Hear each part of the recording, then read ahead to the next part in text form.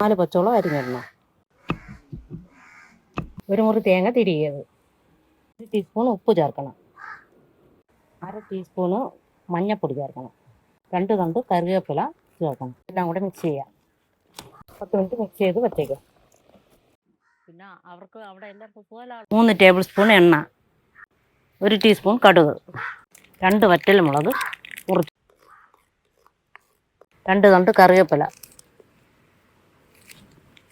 1 teaspoon ഉഴുന്ന് പരിപ്പ് അരിഞ്ഞു വെച്ചിങ്ങനെ ചേർക്കാം.